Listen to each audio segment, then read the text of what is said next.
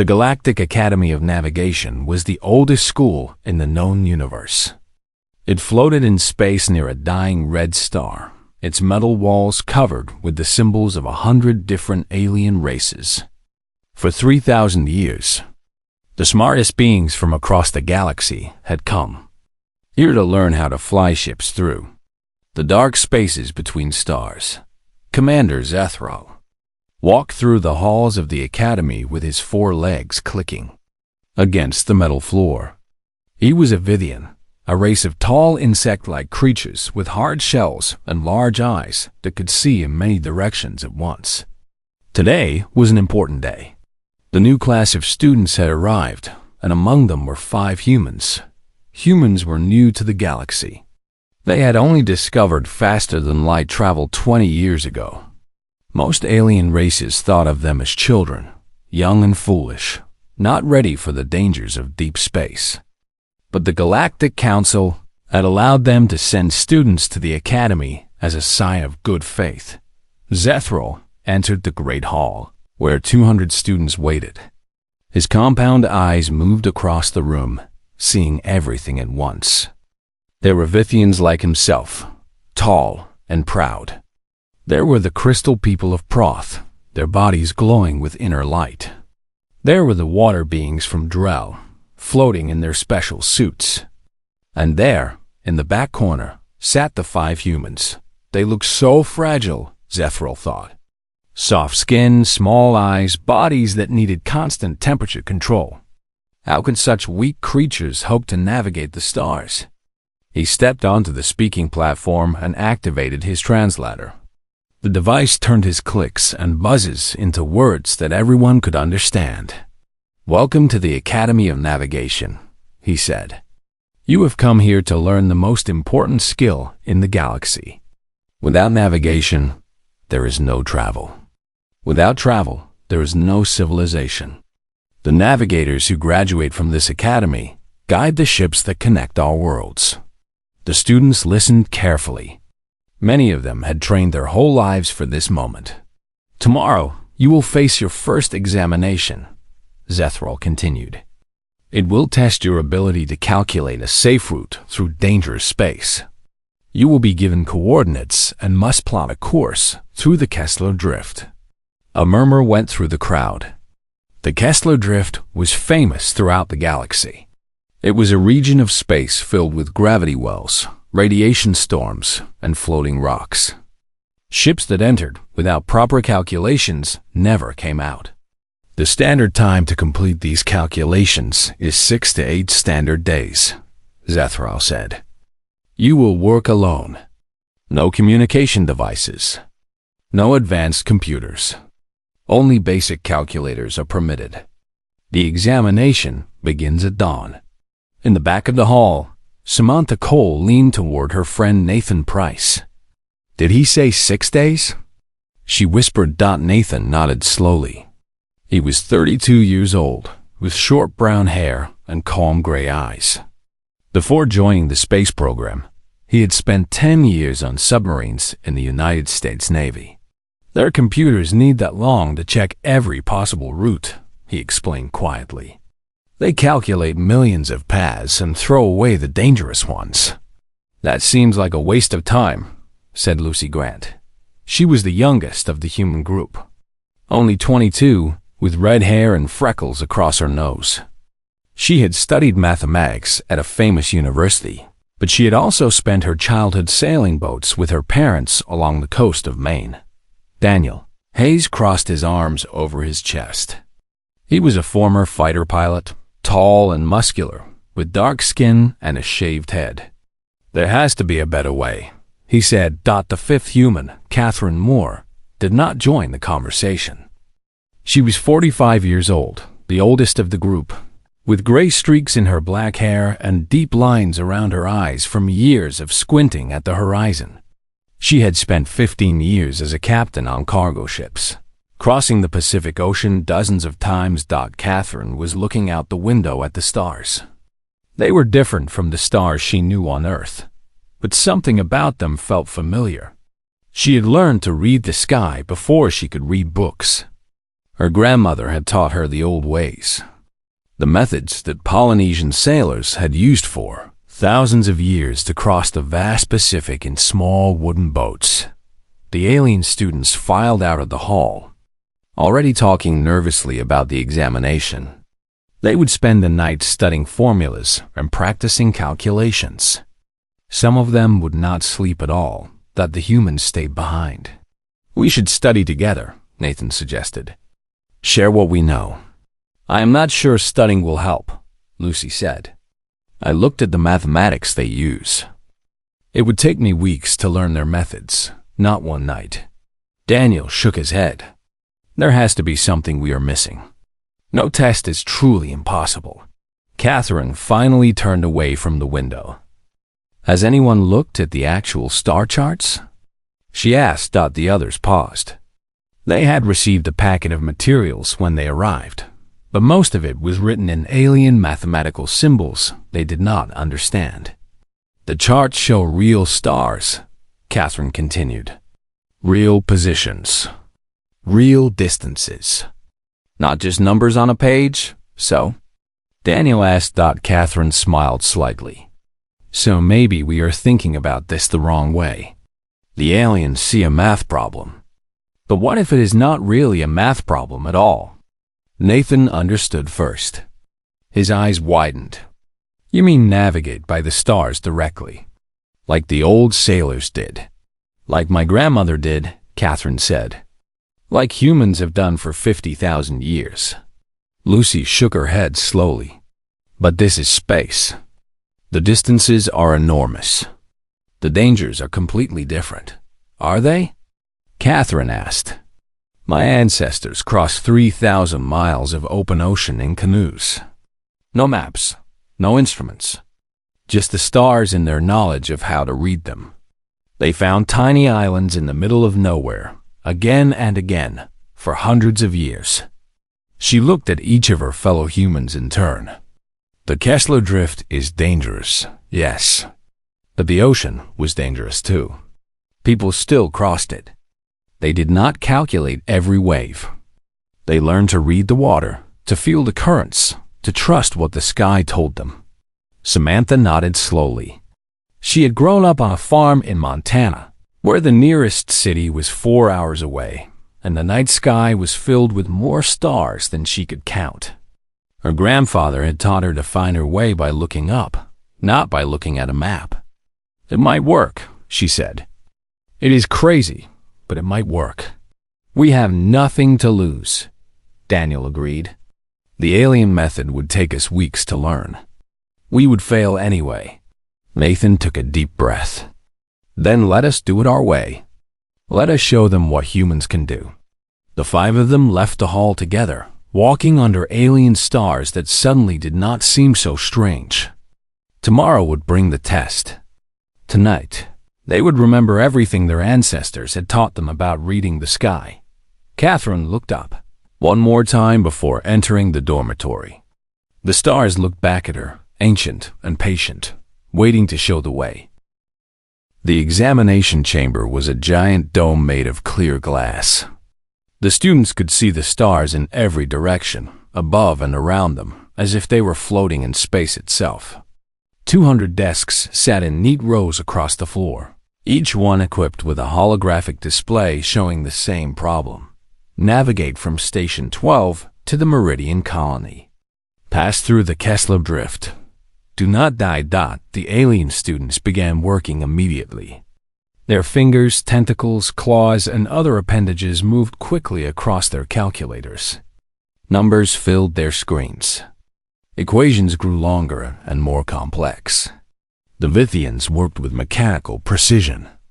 The crystal people hummed quietly as they processed data. The water beings floated in their suits, their thoughts flowing like currents. Samantha Cole sat at her desk and did something strange. She looked up. The Vithian student next to her paused in confusion. What was the human doing? The stars were just reference points, sources of data to be fed into calculations. You did not stare at them like they were paintings in a museum. But Samantha was not just staring. She was searching, She had grown up on her grandfather's farm in Montana, far from any city lights. On summer nights, she would lie in the grass and look up at the sky while her grandfather pointed out the constellations. The Big Dipper, Orion the Hunter, the North Star that always showed the way home. The stars never lie, her grandfather used to say. He was a simple man who had never been to college, but he could navigate across 3 states without a map. People lie. Machines break. But the stars are always true. Now Samantha looked at these alien stars and searched for patterns. They were different from Earth's constellations, but they still followed rules. Bright stars and dim stars. Blue stars and red stars. Stars that formed lines and curves and shapes. There, a formation that looked like a bent arm. And there, 3 stars in a row like a belt. If she drew a line from the belt down and to the left, she found a very bright star that the aliens called Stellar Reference Point 447. That was her anchor, her North Star. From that point, she could orient herself. She knew where she was. She knew which direction she needed to go. The Kessler Drift lay between her and the Meridian Colony, but now it was not just numbers on a screen. It was a real place among real stars. Across the chamber, Nathan Price was using a different approach. He had spent 10 years underwater in submarines, where you could not see the stars at all. But every submariner learned celestial navigation as a backup skill. If the computers failed, if the GPS satellites were destroyed, you needed to be able to surface and find your position using only a sextant and the sky. More importantly, Nathan had learned something about dangerous waters.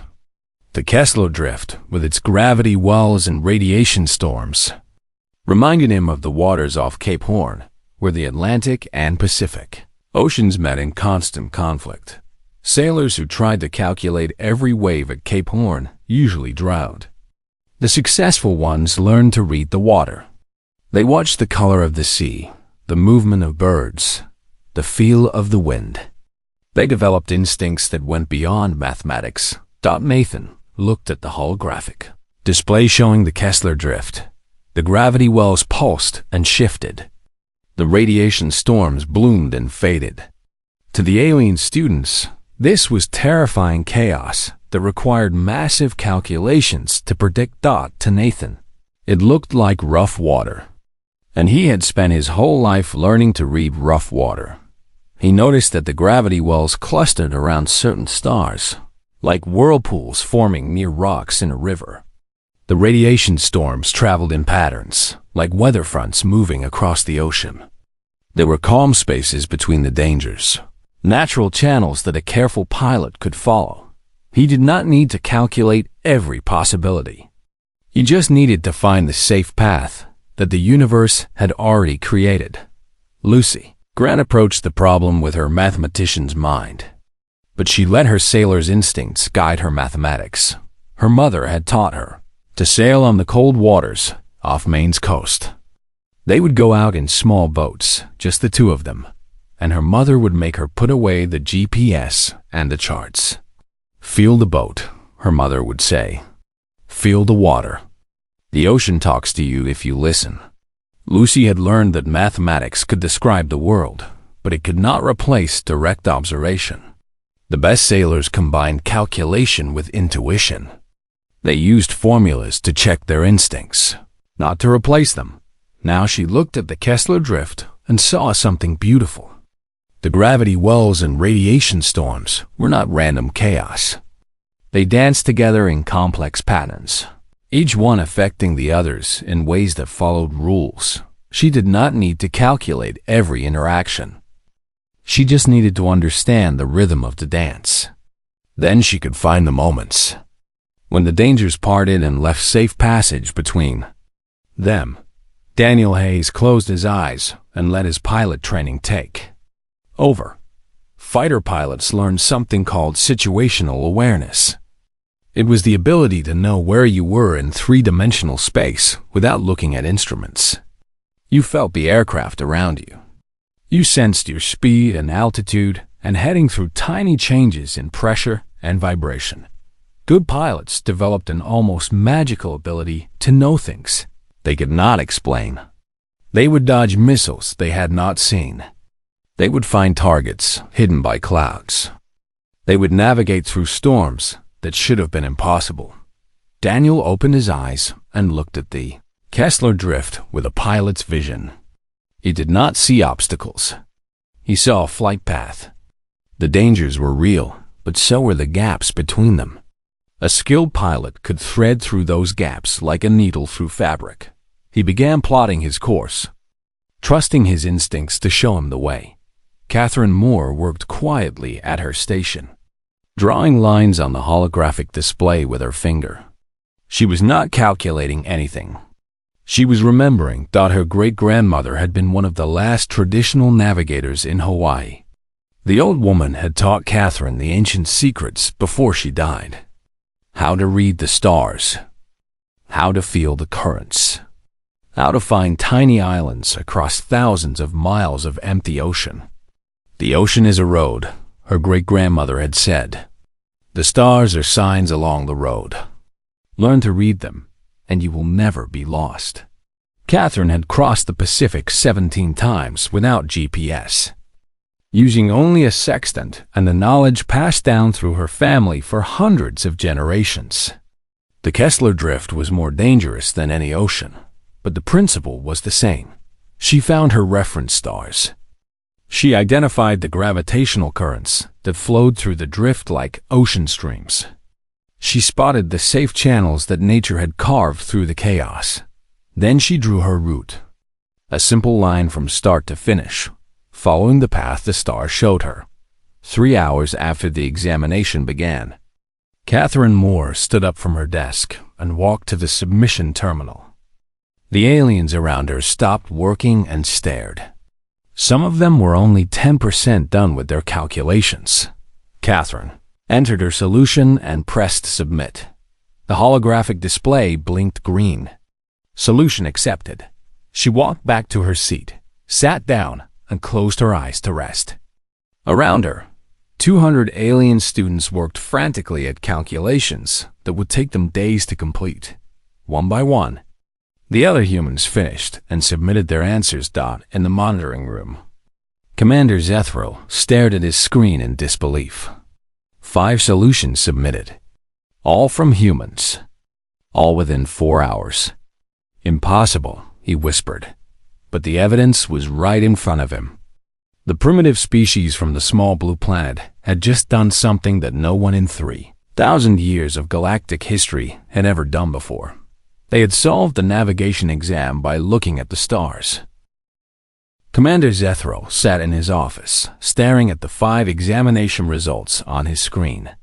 His compound eyes could see every detail at once, but his brain refused to accept what they showed him. The door opened and his assistant rushed in. Commander, the other instructors are demanding answers. The news has spread through the entire academy. Zethro clicked his mandibles in frustration. Of course, the news had spread. 5 humans completing the navigation exam in 4 hours. Students who should have taken a week finished before lunch. It was the biggest scandal in the history of the academy. Send for the navigation specialists, he ordered. We will analyze the human solutions. There must be an error somewhere. Within an hour, the best navigation experts in the academy had gathered in the analysis room. Proth, a being made of living crystal, led the examination team. Her body glowed with soft blue light as she studied Catherine Moore's submission. This is ridiculous, Proth said. She has drawn a picture. A simple line from start to finish with a few curves. Where are the calculations? Where are the probability matrices? She used no advanced mathematics at all, another specialist observed. Just basic geometry and some handwritten notes about star positions. Zethro leaned forward. But is the route safe? Can a ship actually follow it through the Kessler drift? The room fell silent. Everyone looked at each other. Finally, Proth sighed and activated the simulation program. The holographic display showed a ship following Catherine's route. It entered the Kessler Drift and immediately encountered a gravity well. Zethral held his breath, expecting to see the ship torn apart. But the ship curved around the gravity well, riding its edge like a boat catching a wave. It used the gravitational pull to accelerate, then released at exactly the right moment to coast toward the next waypoint. Impossible, Proth whispered. The simulated ship continued through the drift. It dodged radiation storms by slipping through gaps that seemed too small to fit. It surfed gravitational currents instead of fighting against them. It moved like water flowing downhill, always finding the path of least resistance. 40-5 minutes later, the simulation ended. The ship arrived at Meridian Colony, undamaged and ahead of schedule. Run the full analysis, Zethral ordered. The computer processed Catherine's wrath through every test the Academy had developed over 3,000 years. Gravitational stress, radiation exposure, fuel efficiency, timing accuracy. The results appeared on the screen. The route is not just safe, Proth said slowly, her crystalline body flickering with confusion. It is better than the standard calculated solution. 18% more fuel efficient, 23% faster. The radiation exposure is actually lower than our recommended paths. Zethral could not believe it. Check the other human solutions. They ran Nathan Price's route through the same tests. It was different from Catherine's, taking a higher path through the drift, but it was equally effective. Then Samantha Cole's solution. Then Lucy Grant's. Then Daniel Hayes's. Every human solution worked. Everyone was more efficient than the routes their computers produced. And everyone had been created in less than 4 hours. How is this possible? Proth demanded. They did not use our mathematical methods. They did not run probability calculations. How can they produce better results? Before anyone could answer, a priority message arrived from the Galactic Council. Zethral opened it with trembling appendages. The Council has been informed of the situation, he read aloud. They demand a full investigation. They suspect the humans of cheating or using hidden technology. The investigation began immediately. Teams searched the human dormitory rooms. They scanned the humans for hidden devices. They analyzed every item the humans had brought with them. They found nothing. No hidden computers.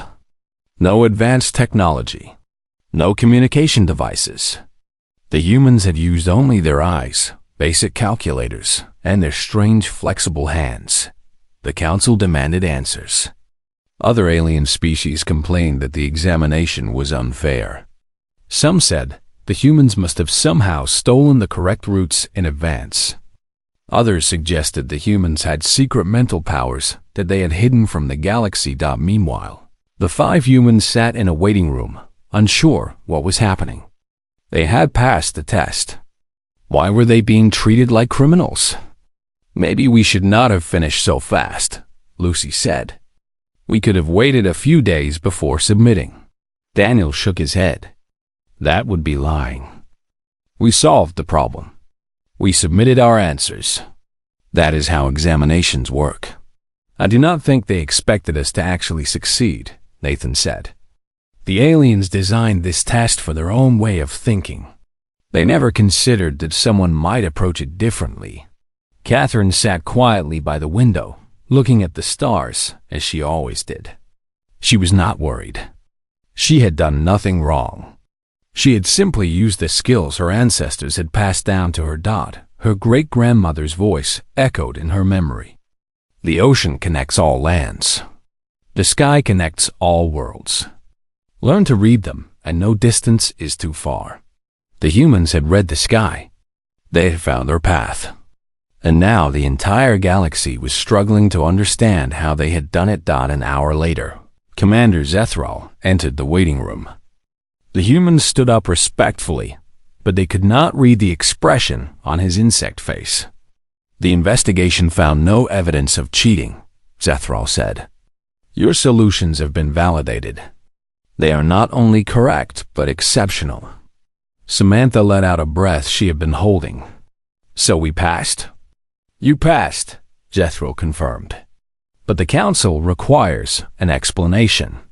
How did you solve in 4 hours what takes other species 6 to 8 days? The humans looked at each other. How could they explain something that felt so natural to them? Catherine stepped forward. Commander, may I ask you a question first? Zethral nodded. How long has your species used computers for navigation? Over 12,000 years, Zethral said proudly. We developed faster than light travel long ago. And before computers, how did your ancestors navigate? Zethral paused. He had never considered the question. I do not know. The records do not say. We have always had mathematics. Humans did not have computers until recently, Catherine explained. But we have been navigating for 50,000 years. We crossed oceans. We explored continents. We found our way through deserts and jungles and frozen wastelands. We did all of this by looking at the sky. She pointed out the window at the stars. Your species taught machines to navigate. Our species taught ourselves. The skills we use today are the same skills our ancestors used when they were hunting animals on the plains of Africa. We did not invent anything new. We just remembered something very old. Zethral was silent for a long moment. You are saying that you navigated through one of the most dangerous regions in the galaxy, using primitive techniques from your home planet? Not primitive, Nathan said. Different. Your computers calculate every possible route. Our minds recognize patterns and find the safe paths directly. We skip the calculation and go straight to the answer. That should not be possible, Zethral said. And yet here we are, Daniel replied. The commander looked at the 5 humans. These soft, fragile creatures who had somehow outperformed every other species in the academy. He had underestimated them badly. They all had. The council wants to interview you tomorrow, he said finally. They want to understand your methods. Some of them still believe it must be a trick. Catherine smiled gently. Then we will teach them. After all, that is why we came to the academy. To learn and to share. Zethral nodded slowly. Perhaps these humans were not as primitive as everyone thought. Perhaps they had something valuable to offer the galaxy after all. Something very old and very powerful. The ability to read the stars. The Great Tribunal Chamber was the largest room in the Galactic Academy. Its walls rose 300 feet high and were covered with the flags of every species that had ever sent students to study here. 1,000 seats filled the main floor, and balconies wrapped around the upper levels where observers could watch the proceedings. Today, every seat was full. The 5 humans stood on a platform in the center of the chamber. They faced a curved table where senior navigators from 12 different species sat in judgment. The tribunal chair was a massive being from the water world of Drell. His name was Advisor Kron, and he floated in a special suit filled with liquid from his home ocean behind the humans. Hundreds of alien students watched with curious eyes. Some of them had spent days on the same examination that the humans had finished in hours. They wanted to know how it was possible. This tribunal has been called to investigate the navigation examination results submitted by the human delegation, Advisor Kran announced. His translator made his words sound like waves crashing on a beach. 5 humans completed the examination in under 4 hours. The investigation found no evidence of cheating, but the council requires a full explanation. He turned his bulbous eyes toward the humans. You will explain your methods. You will demonstrate how you achieved these results. If you cannot provide a satisfactory explanation, your examination scores will be invalidated. Catherine Moore stepped forward. She was wearing the same simple clothes she had worn on her ships crossing the Pacific. Nothing fancy. Nothing special. Just a working sailor ready to do her job. "Honored Council," she said. "May I have permission to demonstrate rather than simply explain?" Advisor Kron waved a flipper in agreement. A holographic display appeared in the center of the chamber, showing the same star field from the examination. Catherine walked into the hologram. The stars surrounded her, making her look like she was floating in space itself. "My species has been navigating by the stars for over 50,000 years, she began. "Before we had writing, before we had mathematics, before we had any of the tools that your civilizations consider necessary for navigation, we were finding our way across oceans and continents." She pointed to a cluster of stars. "When I look at the sky, I do not see numbers. I see patterns. I see relationships. I see a map that my ancestors learned to read long before they knew the stars were other suns." Murmurs spread through the audience. A Vithian council member interrupted. "But the calculations required for space navigation are far more complex than anything your primitive sailors faced. You cannot simply look at the stars and know the correct path." "Can I not?" Catherine asked. She turned to face the hologram. "When my great-grandmother crossed the Pacific Ocean, she navigated by reading the waves. Different islands create different wave patterns. She could feel the echoes of land from hundreds of miles away, just by the movement of the water beneath her canoe." Catherine pointed at the Kessler drift displayed in the hologram. "The gravity wells in this drift are not so different from waves. They push and pull at the space around them. A ship can ride these forces the same way a canoe rides the ocean." She traced a line through the hologram. "Here, this gravity well creates a current flowing toward the Meridian colony. Instead of fighting against it, you can use it. Let it carry you forward while you steer around the dangerous parts." "Our computers calculated that route as too risky," Proth objected. "The margin for error is very small." "Your computers calculated the risk for a ship fighting the current," Nathan Price said, stepping forward to join Catherine. "They did not calculate the risk for a ship moving with the current. The danger is different depending on your approach." He pointed to another section of the drift. "I spent 10 years on submarines in the Earth's oceans. We learned that the most dangerous waters often have safe passages hidden inside them. You just have to know how to look." "Look how?" Advisor Kron asked. "Our sensors provide complete data on every particle in the drift. What more is there to see?" Samantha Cole answered this question. She stepped into the hologram and pointed at 3 stars forming a line. "These stars," she said. "What do you see?" "Stellar objects designated 445, 446, and 447, a council member replied. "Medium-sized stars with predictable orbits and radiation output." "I see a direction," Samantha said. "I see a line pointing toward the safe corridor through the drift. My grandfather taught me to navigate by connecting stars into patterns. Each pattern tells you something. This pattern says go this way." She moved her hand to trace invisible lines between dozens of stars. "Your computers process each star as a separate data point. My brain connects them into a map. I do not calculate the relationships between them. I simply see them." Daniel Hayes stepped forward next. "I was a fighter pilot for 15 years. We learned something called situational awareness. It is the ability to know where you are in 3-dimensional space without relying on instruments. You feel it. You sense it. It is not magic. It is just a different way of processing information." He looked up at the stars surrounding them. "When I look at the Kessler drift, I do not see a math problem. I see a flight path. The obstacles are real, but so are the gaps between them.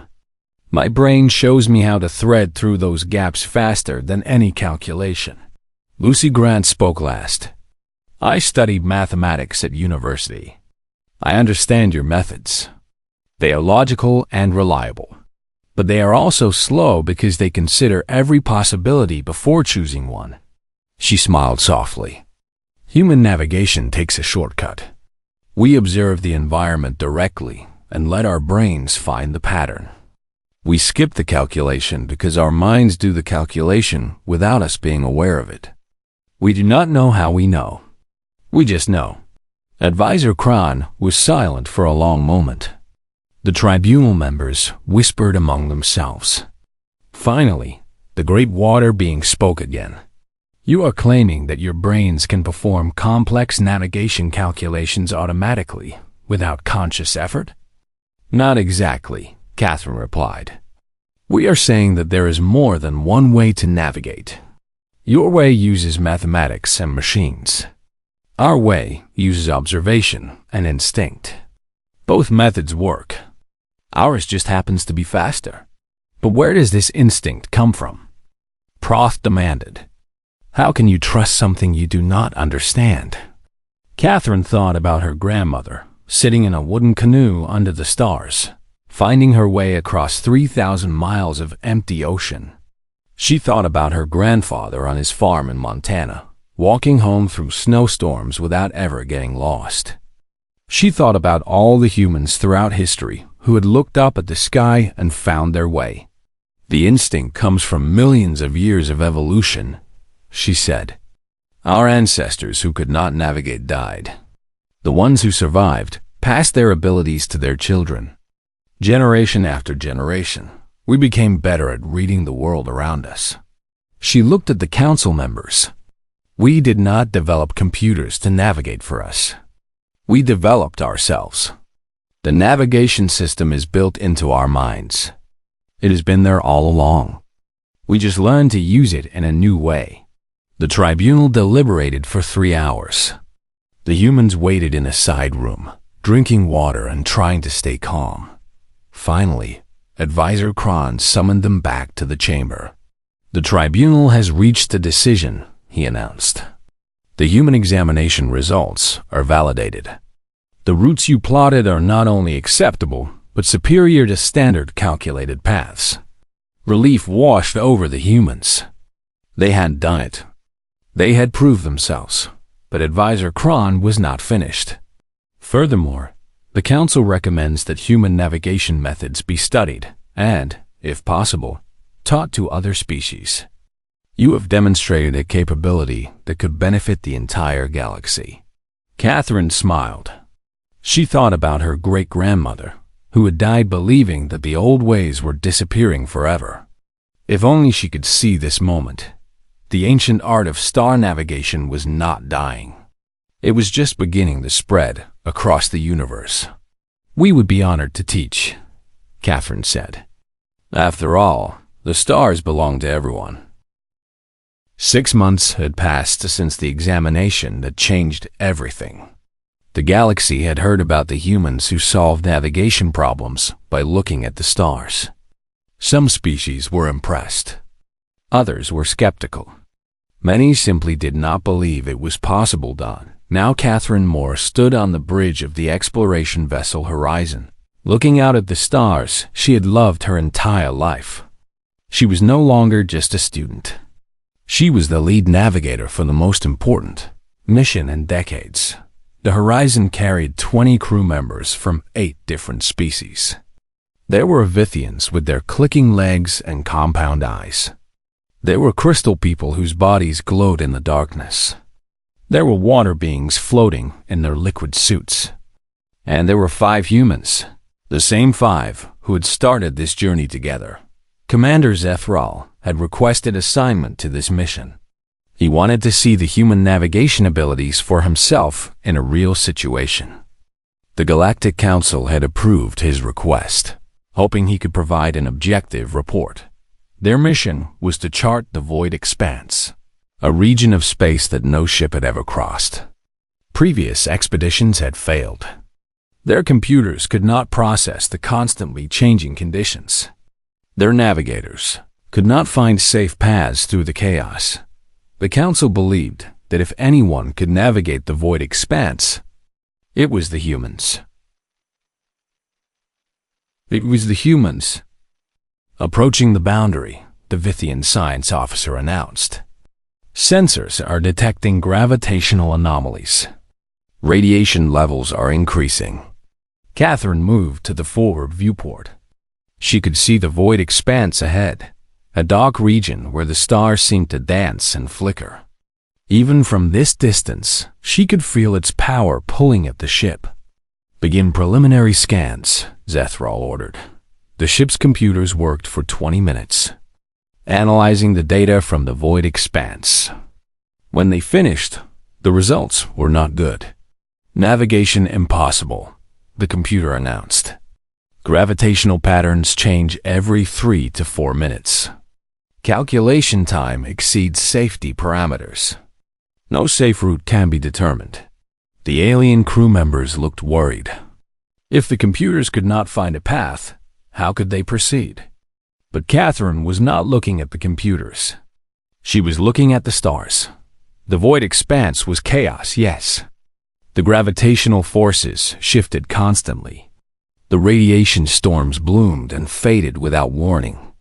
Any navigator who tried to calculate a path would fail, but Catherine was not trying to calculate. She was trying to see that her grandmother's voice echoed in her mind. The ocean is alive. It breathes. It moves. Learn its rhythm, and you can dance with it. The void expanse was alive too. It had a rhythm, ancient and cosmic, written in the movement of stars that had danced together for billions of years. The gravitational shifts were not random. They followed patterns too complex for computers to process, but simple enough for human eyes to see. "I can do it," Catherine said quietly. Zethral turned to her. "Navigator Moore, our computers say it is impossible."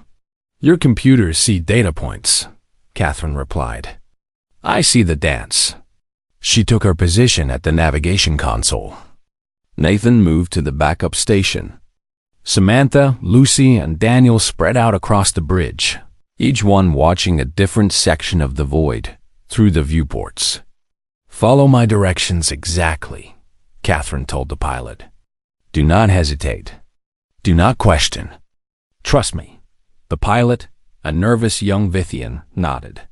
He had heard the stories about what humans could do. Now he would find out if they were true. "Take us in," Zethral ordered. The horizon moved forward into the void expanse. Immediately, gravitational forces grabbed the ship. Alarms sounded. The computer screamed warnings about dangerous conditions. The alien crew members gripped their stations in fear. But Catherine was calm. She watched the stars ahead, seeing patterns that no computer could detect. A gravity well was forming on the left. A radiation storm was building on the right. Between them, a narrow corridor of safe space was opening. "Turn 15 degrees left," she called out. "Accelerate to full speed." The pilot obeyed. The ship turned and leaped forward, diving into the gap between dangers. "Now drop 20 degrees down," Catherine ordered. "Cut speed by half." Another turn. Another course change. The ship danced through the chaos like a leaf on a river, spinning and gliding but never crashing. The alien crew watched in amazement. Catherine was calling out directions every few seconds, adjusting their path with impossible precision. She never looked at her instruments. She never consulted the computers. She just watched the stars and knew where to go. How is she doing this? The science officer whispered. Nathan smiled. "She is reading the sky." 2 hours passed.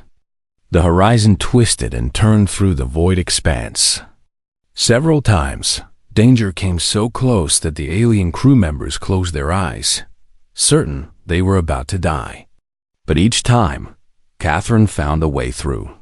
Sweat dripped down her face. Her hands trembled from the effort. Navigating like this required complete concentration, complete attention, complete trust in abilities that she could not explain. Finally, she saw it. A clear space ahead. stars that held their positions. The end of the void. Full speed ahead, she ordered. Straight line. We are through. The horizon burst out of the void expanse into calm space. The alarms fell silent. The gravitational forces released their grip. They had done it. The crew erupted in celebration. Alien species who had doubted the humans cheered and embraced. The science officer was crying, her crystal body flashing with colors that meant joy. Commander Zethral approached Catherine as she sagged in her chair, exhausted but happy. "Navigator Moore," he said, "I have a question." Catherine looked up at him with tired eyes. "Yes, Commander? When you were in the void, what did you see? What allowed you to find the path?" Catherine smiled. It was the same smile her great-grandmother had worn when teaching her the old ways. The same smile that humans had shared for thousands of generations when they looked up at the sky and understood its secrets. "I saw what my ancestors have always seen," she said. "A map. The universe has always been a map. Humans just learned to read it." Zethral thought about this for a long moment. His species had spent 12,000 years developing computers to navigate the stars. The humans had spent 50,000 years developing themselves. Both approaches worked, but the human approach had just accomplished something no computer could match. "Thank you, Navigator Moore," he said. "I believe I finally understand." In the years that followed, human navigators became the most valuable specialists in the Galactic Confederacy. Ships that carried human navigators could go places that other ships could not reach. They opened new trade routes, discovered new worlds, and connected distant corners of the galaxy that had never been linked before. The Academy changed its curriculum. Instead of only teaching mathematical navigation, they began teaching the human methods as well. Alien students learned to look at the stars, to find patterns, to trust their instincts. Some of them never mastered it. Their minds had evolved differently, adapted for calculation rather than observation. But some of them learned. Some of them found the ancient skill buried deep in their own alien brains, waiting to be awakened. And on Earth, in a small town in Montana, a young girl lay in the grass outside her farmhouse and looked up at the sky. Her grandmother sat beside her, pointing out the constellations. "The stars are a map," the grandmother said. "They have guided our family for generations. Someday, they will guide you too." The girl reached up toward the sky, her small hand tracing the patterns of light that stretched across the darkness. "Where did they go, Grandma?" she asked. "Everywhere," her grandmother replied. "And someday so will you." Far away, on a ship crossing between distant stars, Catherine Moore looked out her viewport and smiled. She did not know about the little girl in Montana, but she knew that somewhere on Earth, another generation was learning to read the sky. The stars remembered every human who had ever looked up at them with wonder, and they always showed the way home.